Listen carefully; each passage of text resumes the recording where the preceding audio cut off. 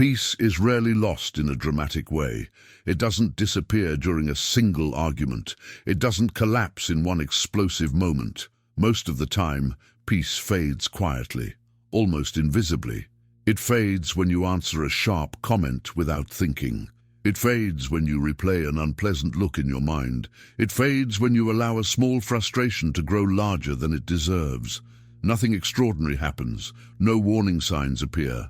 Life simply continues. And yet, little by little, something important is slipping away.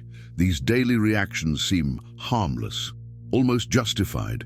A quick response, a sarcastic remark, an irritated sigh, a tense silence.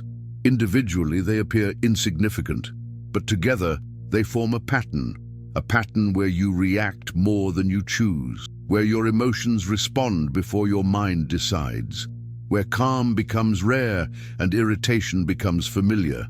This is how most people lose control of themselves, not because they are weak, not because they lack intelligence, but because they never notice when control is being handed over. Every time someone provokes you and your mood changes, control shifts. Every time a stranger can ruin your day with a word or a gesture, control shifts again. Without realizing it, many people live in a constant state of reaction, reacting to traffic, reacting to opinions, reacting to disrespect, reacting to situations they never chose. This is a quiet form of slavery, a modern kind of slavery. Not chains around the body, but chains around the mind. When your emotional state depends on how others behave, you are not free. When someone else can decide when you feel angry, when you feel offended, when you lose your peace, they are, in that moment, in control. So pause for a second and ask yourself honestly, who controls your emotions today? Is it you, or is it the last person who annoyed you?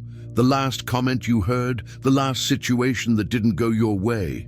Most people never ask this question, and because they never ask it, they never change. This is where Stoicism enters, not as a philosophy of indifference, not as emotional suppression, but as a philosophy of internal dominance. The Stoics understood something timeless. You may not control what happens around you, but you can always control what happens within you. That internal control is not loud, it is not aggressive, it is silent. Marcus Aurelius, a Roman emperor surrounded by pressure, betrayal, and chaos, wrote something simple yet profound. Calm is invincible, not strength, not authority, not force. Calm, because when you remain calm, nothing can manipulate you. No insult can push you. No provocation can pull you. No situation can shake your center. Stoicism does not promise a world without problems. It promises a mind that is no longer at the mercy of those problems. It teaches you how to remain steady while everything around you moves, how to stay grounded when others lose control, how to respond deliberately instead of reacting automatically. This is not about becoming cold or distant. It is about becoming unshakable. And that is the promise you are about to explore. Not through loud rules or dramatic techniques, but through quiet attitudes, small internal decisions that practiced daily change the way you move through the world. Now, slowly, we begin with the first attitude, and from here on, everything changes. Breathe before you react. Let's start with something simple, but deeply underestimated. Breathing. Not the automatic breathing you're doing right now, but conscious breathing, the kind that interrupts chaos before it takes over. Imagine a very ordinary situation. You are driving, the road is busy, cars move unpredictably, the noise of the city surrounds you. Your mind is not fully present. It's already thinking about the next obligation, the next task, the next problem to solve. You glance at the clock, you're late. Suddenly, without warning, another car cuts in front of you, too close, too fast. Your body reacts instantly. Your hands grip the steering wheel, your shoulders tighten, your jaw locks. Before any logical thought appears, your nervous system has already chosen a side. Fight. Then comes the horn, sharp, aggressive. A thought flashes through your mind. This is disrespectful. Another follows. They need to be taught a lesson. This is the exact moment where most people lose their peace, not because of the car, not because of the traffic, but because they react without pausing. Epictetus understood this centuries ago when he said, "It is not events that disturb us, but our judgments about those events." The car did not steal your calm. The horn did not invade your mind. Your interpretation did. And here is the crucial insight. Between what happens and how you respond, there is a small window. Most people never see it. They move straight from stimulus to reaction, as if there were no choice. But there is. That window is created by the breath. When you consciously slow your breathing, you slow the entire chain reaction. Take a slow breath in through your nose. Let it fill your chest. Hold it briefly. Now release it slowly. As you do this, something subtle happens. The tension begins to soften. The urgency fades slightly. The need to react weakens. Breathing is not about calming down after you explode. It is about preventing the explosion entirely. It creates distance. Distance between you and the impulse. Distance between you and regret. Ask yourself quietly in that moment, is this worth my energy? Is this worth my peace? Is this reaction going to improve my life in any way? Most of the time, the honest answer is no. When you breathe before reacting, you refuse to give strangers control over your inner state. You remain sovereign. This is not passivity. This is discipline. The Stoics didn't breathe to escape reality. They breathed to face it without losing themselves. And the more you practice this pause, the stronger it becomes. Eventually, irritation no longer arrives with force. It knocks and waits. And you decide whether to open the door or let it pass. This is where self-mastery begins, quietly, with a breath. Observe, don't absorb. One of the greatest sources of irritation does not come from events. It comes from words, a comment, a remark, a sentence spoken quickly, sometimes without much thought. Think about a recent moment. Someone said something to you that didn't sit well. Maybe it wasn't openly offensive. Maybe it wasn't meant to hurt. And yet, hours later, it was still there, repeating itself in your mind, echoing while you worked, returning when you tried to rest. The situation had already passed, but the disturbance remained. Why does this happen? Because most people don't just hear words, they absorb them. Epictetus warned about this when he said, "If someone insults you, remember that it is your judgment that insults you." Words, by themselves, are powerless. They are vibrations in the air. They only gain weight when you carry them. Imagine your mind as a private space, a quiet room, orderly, under your care. Now imagine someone walking in uninvited, bringing noise, dirt, and disorder. Would you allow them to stay? Of course not. Yet this is exactly what happens when we absorb careless words. We allow someone else to rearrange our inner space. Stoicism teaches a subtle but powerful distinction. You can observe without absorbing. Observation means awareness. Absorption means ownership. When someone speaks harshly, you can notice the words without letting them settle inside you. Try this mental exercise. The next time someone says something unpleasant, visualize the words approaching you. You see them, you recognize them. But instead of letting them enter, you imagine them stopping at the surface. They do not pass through. They do not define you. They do not become part of you. You simply observe them and let them move on. This does not require confrontation. It does not require explanation. It requires restraint. Most irritation comes from carrying what was never meant to be carried. When you stop absorbing, your energy returns to you. Your mind becomes quieter. Your emotional reactions become lighter. And slowly, you realize something important. Not everything deserves a place inside you. Some things are meant to be noticed and then released. This attitude alone can save you hours of unnecessary tension. Because when you observe without absorbing, you remain intact, untouched, and firmly in control. Don't engage in useless battles. Most conflicts don't begin with anger, they begin quietly.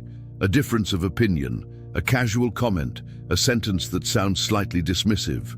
At first, it seems harmless, but then something subtle happens.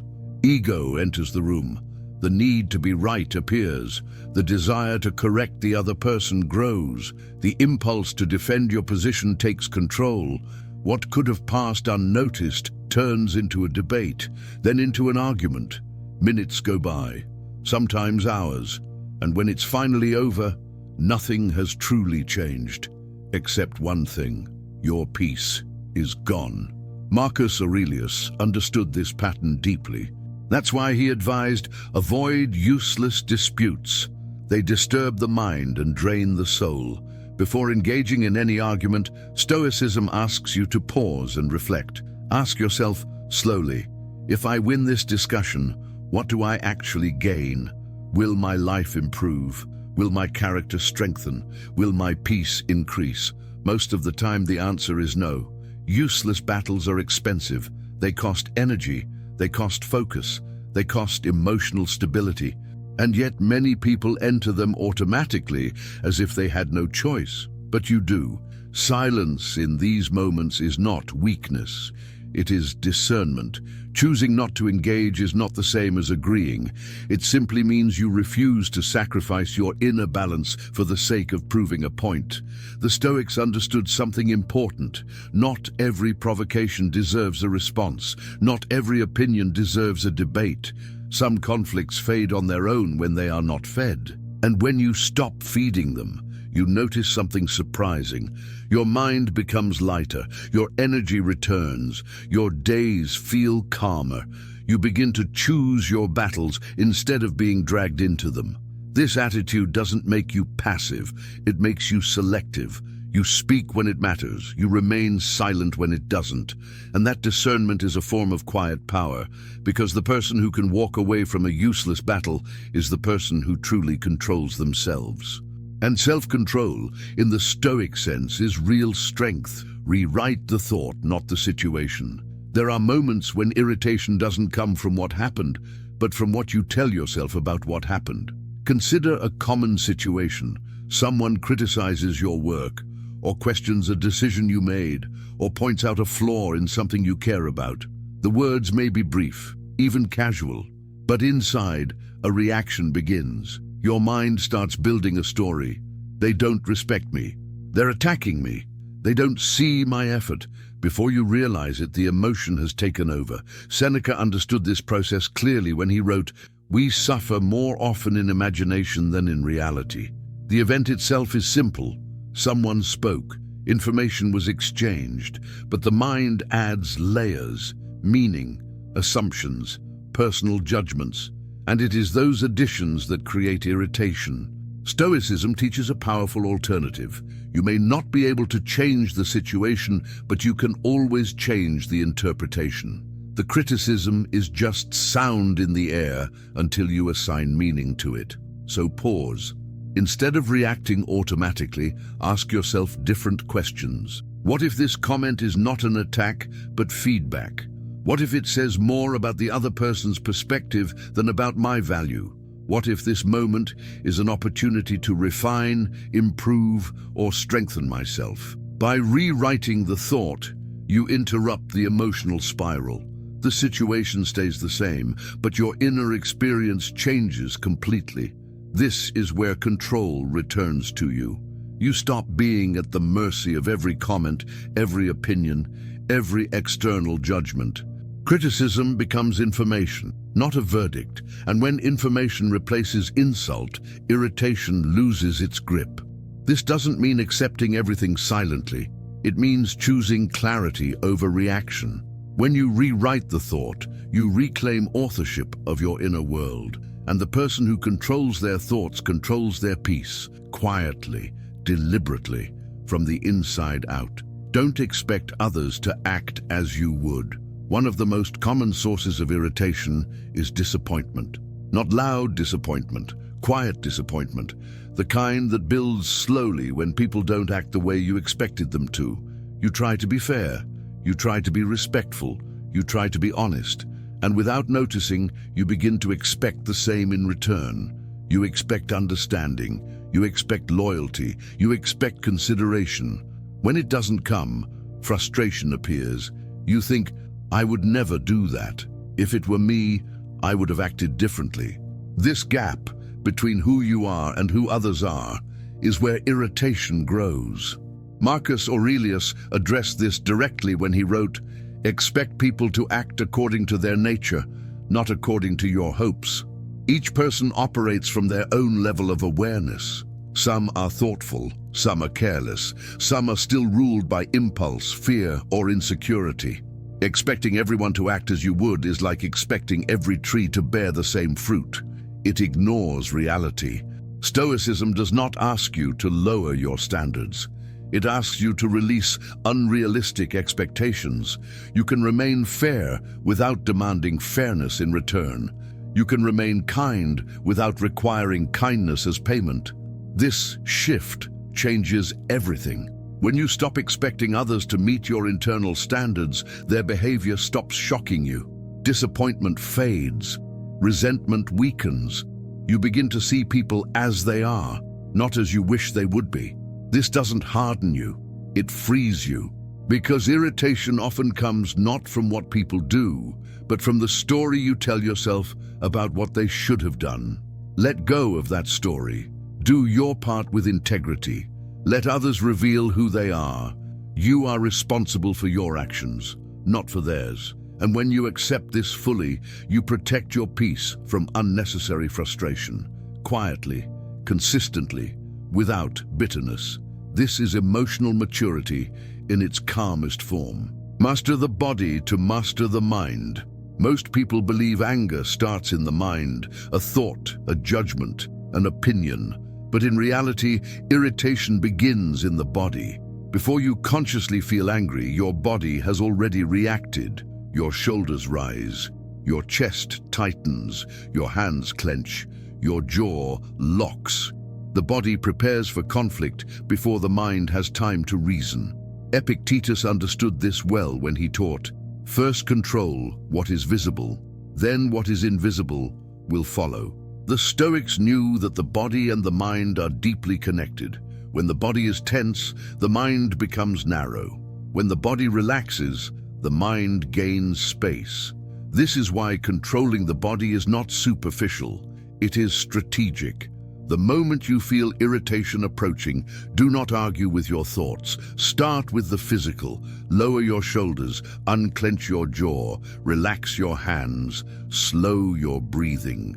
These actions may seem small, but they send a powerful message to your nervous system. There is no danger here. As the body receives that message, the emotional intensity begins to fade. This is not about suppressing anger. It is about dissolving it at its source. Many people try to control anger mentally while their body remains in fight mode. That battle is exhausting. Stoicism offers a simpler path. Calm the body first. The mind will follow. Over time, this practice creates awareness. You begin to notice irritation at its earliest physical signal, and when you catch it early, it loses its power. Ask yourself, in those moments, do I want my body to express tension or composure? The body is not just reacting, it is communicating. And when you learn to listen to it, you gain a level of control that most people never develop. This is quiet discipline, control without force, strength without noise. A body at ease supports a mind at peace. And from that place, you respond instead of react. Step away from what disturbs your balance. One of the greatest illusions is believing that endurance always means strength. Many people stay where their peace is constantly under attack. They remain in toxic environments, they tolerate aggressive conversations, they maintain relationships that slowly drain their energy, and they tell themselves this is resilience.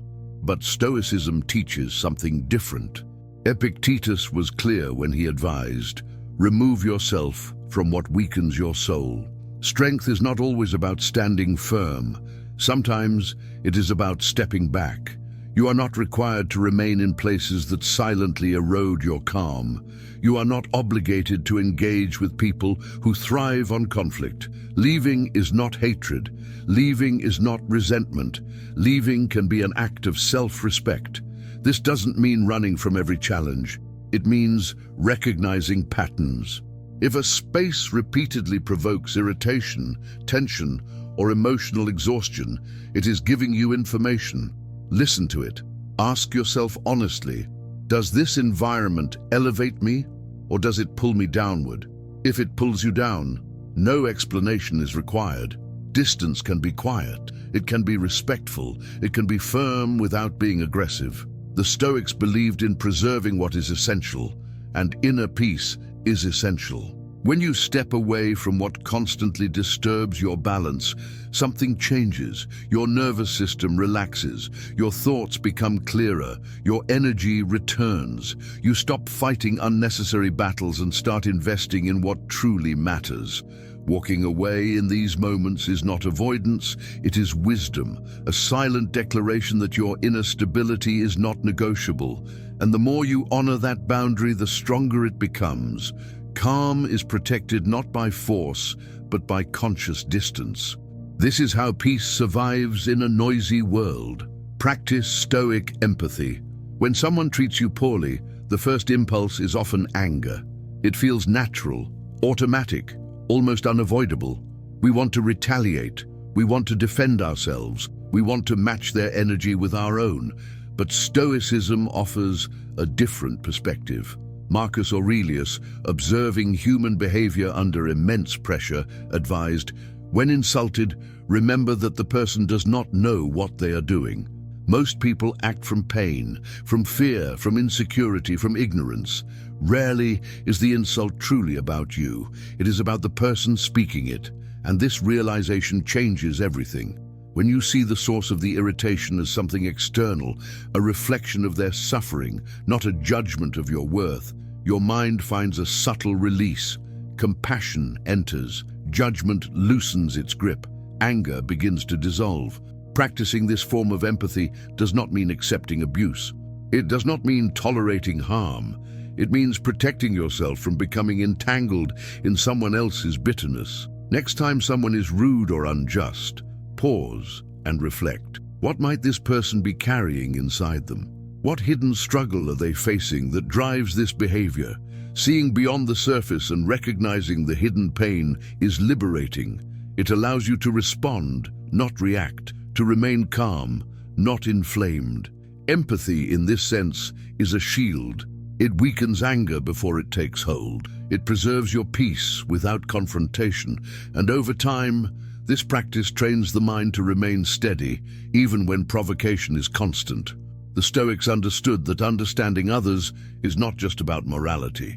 It is a strategy for self-mastery, because the person who can see suffering behind aggression cannot be controlled by it. And in this, your peace becomes unshakable. Prioritize the essential.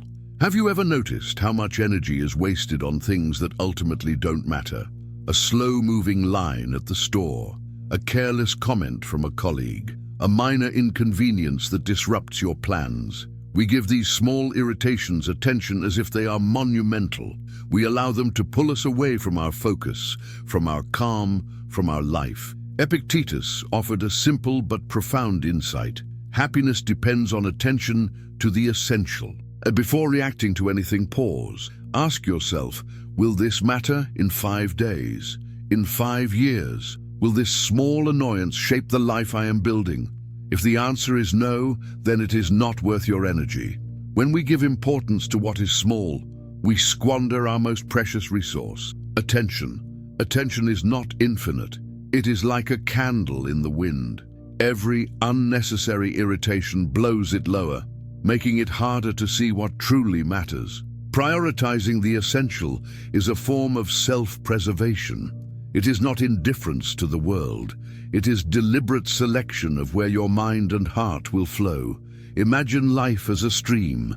Every small irritation is a branch falling into the water. If you try to remove every branch, the stream becomes clogged. If you let them float past, the water continues smoothly toward its destination. By focusing only on what truly matters, you conserve energy. You protect your peace. You live intentionally rather than reactively. This attitude transforms ordinary days. You no longer respond to every small disturbance. You no longer carry unnecessary burdens. You begin to feel a calm that is rare in modern life. Prioritize the essential. Let the rest go. And notice how much lighter the world becomes when you allow your attention to serve only what deserves it. Practice emotional detachment. One of the most exhausting struggles in life is trying to control what others think, what they do, or how they respond. We spend hours, even days, trying to influence outcomes we cannot truly control. And this is where irritation is born. Seneca, one of the greatest Stoics, taught, "Wish that things happen as they must, and you will live serenely." Emotional detachment is not about becoming cold. It is not about indifference to the world. It is about accepting that not everything will be within your power and understanding that this is perfectly okay. When you let go of the need to control, something remarkable happens. You reconnect with the one thing you can always command, your own mind. Instead of fighting external circumstances, you focus on internal mastery. Next time you feel the urge to change someone's behavior, pause, breathe, and remember, the external world is uncontrollable. Your inner world, however, can become a fortress. Irritation is not a sign of strength. It is a sign that you are still held hostage by what comes from outside. True strength is silent. It is in taking a deep breath when everything around you screams for reaction. It is in maintaining peace when the world offers chaos. Each of the 10 attitudes we have explored is more than a technique. They are seeds. Seeds that, when cultivated daily, grow into resilience, into calm, into unshakable inner power. Tomorrow someone may try to steal your calm, someone may provoke you, but now you know, he who masters himself cannot be mastered by anything or anyone. And that is the essence of Stoic freedom: quiet, intentional, unbreakable. The silent power of inner peace. Now, let's take a moment to reflect on everything you've learned today. Each of the 10 attitudes is not just a tactic, it is a path, a way to reclaim control over the one thing that truly belongs to you, your mind. Most people live in reaction. They respond automatically to every insult, every frustration, every inconvenience. They give their energy to things that do not serve them. And in doing so, they surrender their peace bit by bit, day by day. You have seen today that peace is not lost all at once.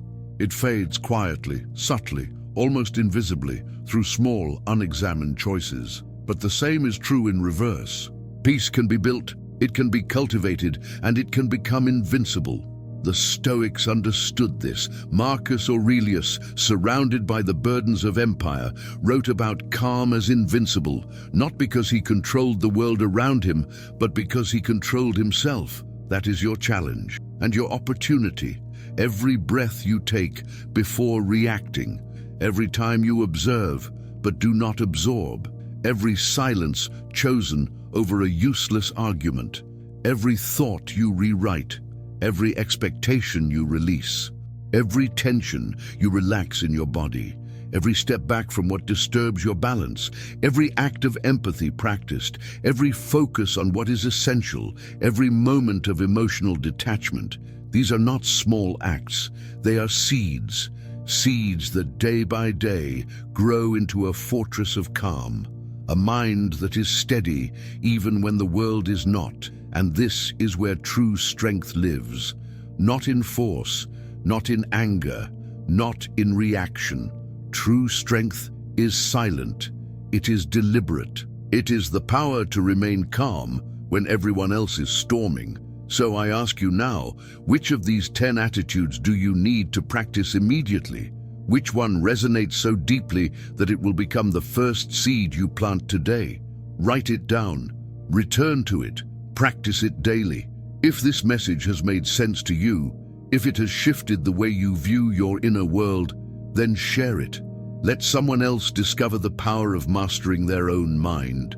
Like, subscribe, comment, share. But more than that, choose to live it. Remember, respect begins within. Freedom is born from self-control. And peace.